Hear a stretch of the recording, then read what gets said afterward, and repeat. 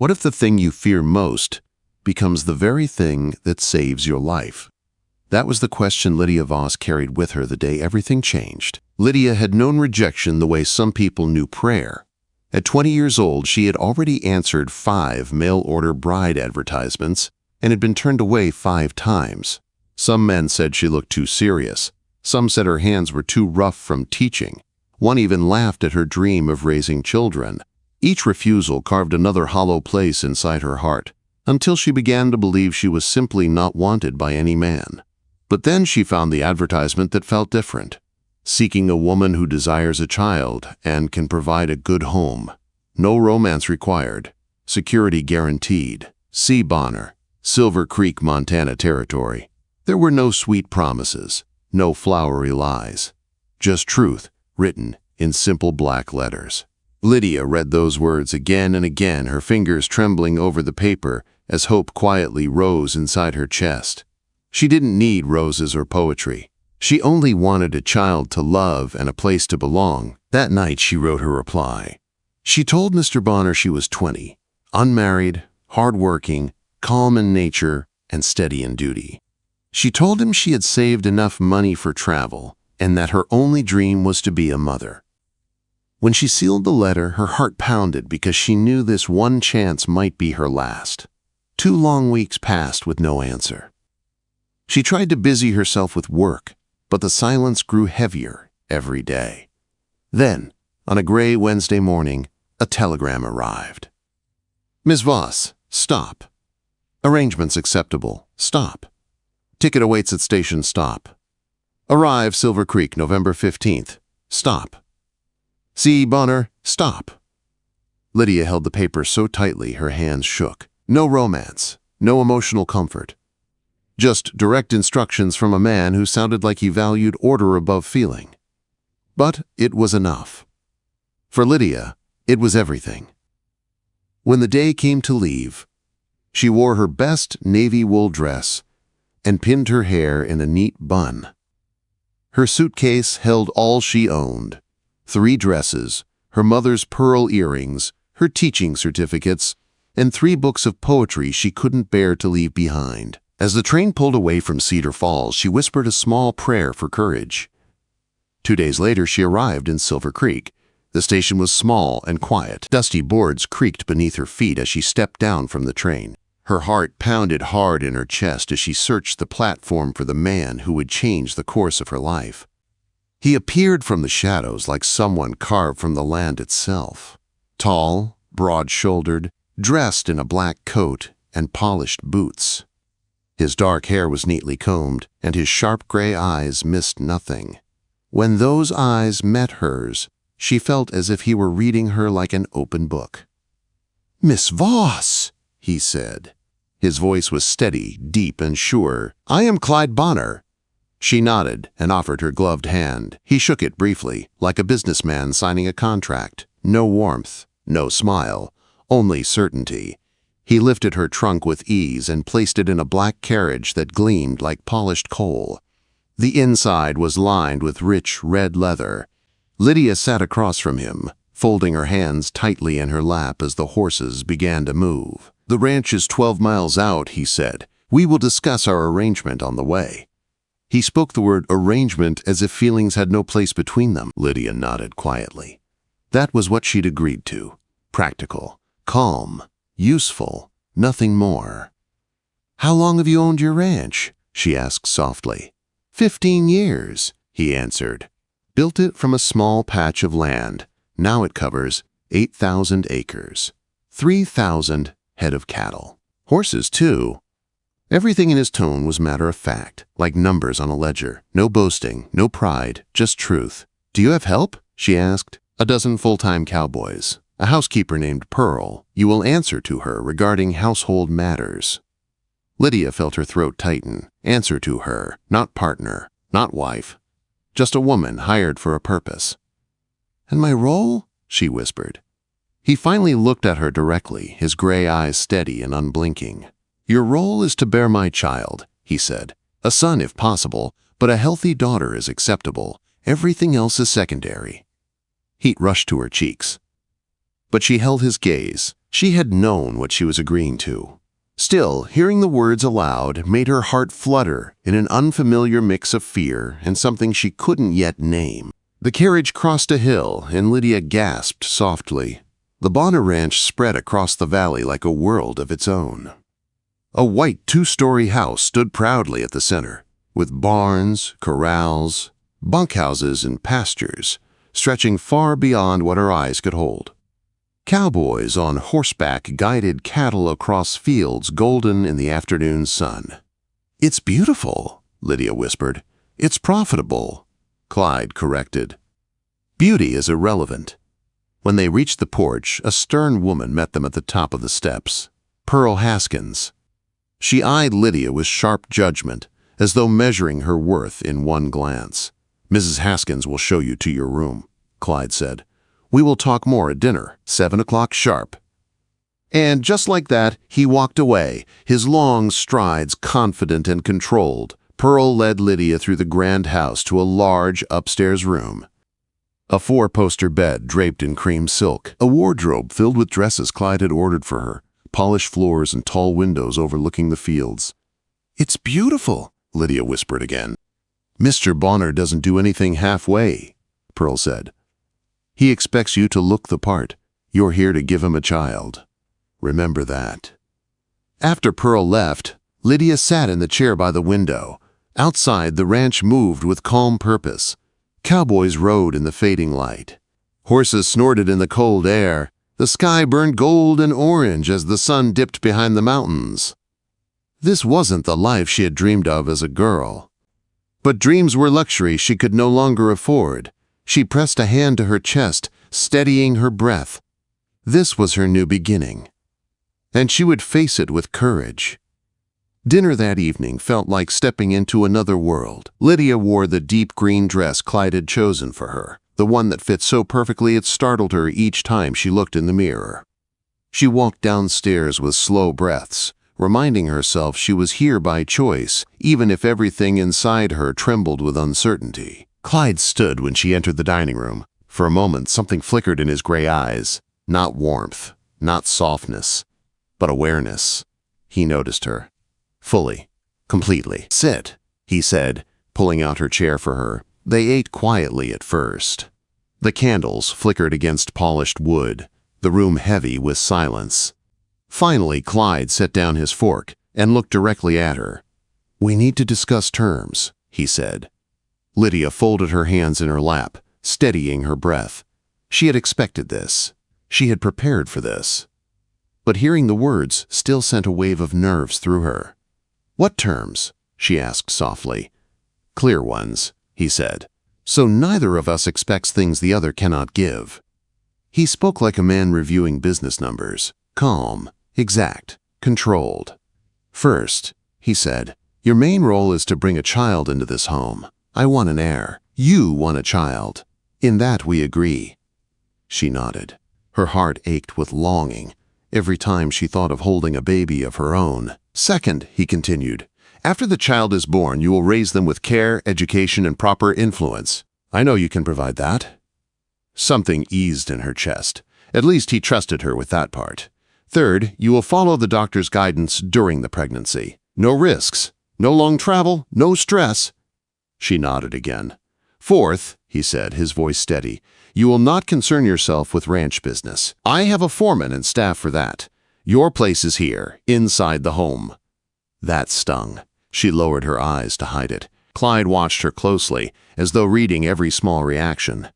"Do you understand?" he asked. "Yes," she said quietly. "And lastly," he added, leaning slightly forward, "this agreement is private.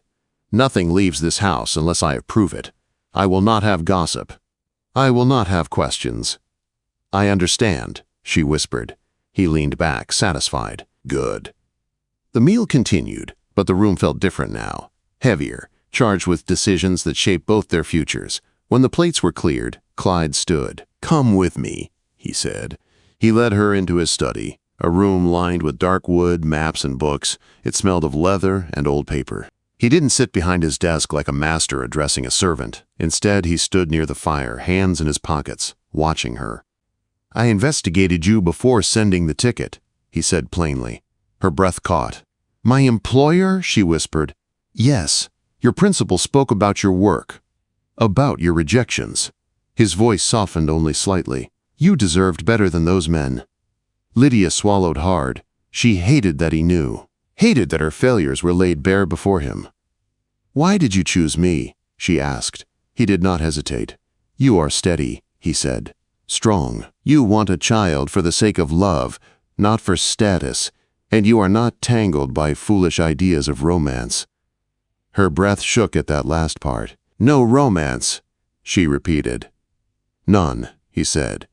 But his gray eyes didn't look cold when he said it. They looked guarded, wounded even. He turned away, staring into the flames. His shoulders seemed heavy for a moment, burdened by something he did not speak. You may go to your room, he said quietly. Lydia nodded, rising to leave. She reached the door when his voice stopped her. Miss Voss! She turned. He stood tall and still, firelight brushing the hard lines of his face. You will be treated with respect here, he said. With dignity. You won't be harmed. Not ever. Her chest tightened. It was the closest thing to kindness he had offered so far. Thank you, Mr. Bonner, she said softly. She left the study and followed the long hallway back to her room. Her footsteps echoed as she walked, each step a reminder of the life she had entered, a life built on terms and agreements, not affection. But when she reached her room and closed the door, she touched the window glass and stared at the ranch below. Cowboys moved through the dark yard, lanterns glowing as they finished their work. The land stretched wide and endless, strong, steady, like the man downstairs. Something in her whispered that maybe there was more beneath Clyde Bonner's rules and sharp edges. Something he wasn't ready to speak. Something he kept locked behind pride and pain. She didn't know what it was yet, but she would. And when she found it, everything between them would change. The next morning came with soft winter light spilling through Lydia's window. She dressed quietly, unsure what version of Clyde she would meet downstairs. The stern businessman? The guarded man by the fire? Or someone else entirely? When she reached the breakfast room, Clyde was already there. But something was different. His coat was gone, his shirt sleeves were rolled up, and his voice was warmer when he spoke. Good morning, Lydia. Her name, not her title, not Miss Voss, just Lydia. Good morning, she said gently. He rose and pulled out her chair again. His fingers brushed her shoulder lightly, a touch so small it shouldn't have meant anything. Yet it sent warmth, dancing along her skin. As they ate, Clyde glanced at her more than once. Quick, thoughtful looks that didn't match a man who claimed he wanted no emotion in their arrangement. I thought we might ride out to the north pasture today, he said, if you're willing. Lydia blinked. With you? Yes, he said. With me? It felt like an invitation into his world, a world he guarded closely. She nodded. I'd like that. Pearl found her a riding skirt and sturdy boots. An hour later, Lydia sat atop a gentle mare, while Clyde mounted a powerful black stallion. When he guided his horse beside hers, the wind tugged at his dark hair, softening his sharp edges in a way that stole her breath. They rode slowly at first, Clyde pointing out the cattle herds, the barns, the creeks winding through the land. His voice carried pride woven into every word. You built all this? She asked. Started with nothing, he said. Just a borrowed loan and more determination than sense. You must have been lonely, she said quietly. He didn't look at her, but she saw the truth settle in his shoulders. Lonely, yes, he admitted, but loneliness was safer than depending on the wrong person. She felt his words like a whisper of pain he rarely allowed anyone to hear. When they reached a small hill overlooking the valley, Clyde stopped his horse and helped Lydia down. He didn't need to lift her gently, yet he did. His hands lingered longer than necessary. The wind tugged at her hair as she looked out over the land. It's beautiful, she said. Clyde stood close enough that she felt the heat from his body. It is, he said, but it means nothing if I have no one to share it with. The words surprised both of them. Lydia turned toward him slowly. "What changed your mind?" she asked softly. He met her eyes, nothing guarded now. "You." Her breath caught. They returned home just before sunset. Dinner was quiet, but not tense. Clyde watched her the way a man watches something he wants but is afraid to touch. Later that night, Lydia stood in the hallway outside her room, trying to steady her breath. Everything felt different. The air, her heartbeat, the way Clyde seemed to look at her like she was something he had never dared hope for. She turned toward her bedroom door. Then Clyde's door opened behind her. He stepped out, his hair slightly tousled, his eyes shadowed and intense. "Lydia." Her heart pounded. "I couldn't sleep," he said. Whiskey wasn't helping. "Warm milk might," she whispered. He took a slow breath. "Were you thinking about me?" he asked. She lifted her chin. "Yes." He stepped closer. "What were you wondering?" Her voice trembled. "What you were like before you decided feelings were trouble." Something cracked in him then, something deep and old. "My wife left," he said quietly. "Said I wasn't enough." Lydia's chest clenched. She was wrong. He stared at her like he wasn't sure he heard correctly. "She wanted romance," he said. "And what I gave wasn't enough. I decided I'd never risk that again." Lydia stepped closer. "I don't need that. I need honesty, and a man who stands by what he builds. A man who cares, even when he hides it." He swallowed hard. Then his voice dropped low and rough. "You shouldn't stand so close." "Why?" His gray eyes darkened. "Because it makes me want things I shouldn't." "I'm not afraid," she whispered.